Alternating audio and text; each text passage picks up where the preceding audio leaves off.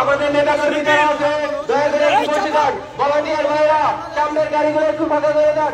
সামনের CNG auto যেগুলো আছে আপনি একটু রাস্তায় চলে যান।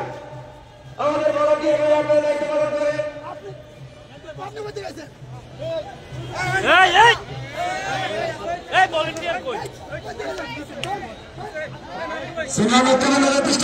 বলছি আপনারা নুরবাই স্টেশন পর্যন্ত এই জায়গাগুলো ক্লিয়ার করে দেন এবং যারা প্রত্যক্ষদর্শী হিসেবে এই স্টেজের মধ্যে দাঁড়িয়ে আছেন সবাইকে যাত্রা আসনে যাওয়ার জন্য অনুরোধ করছি।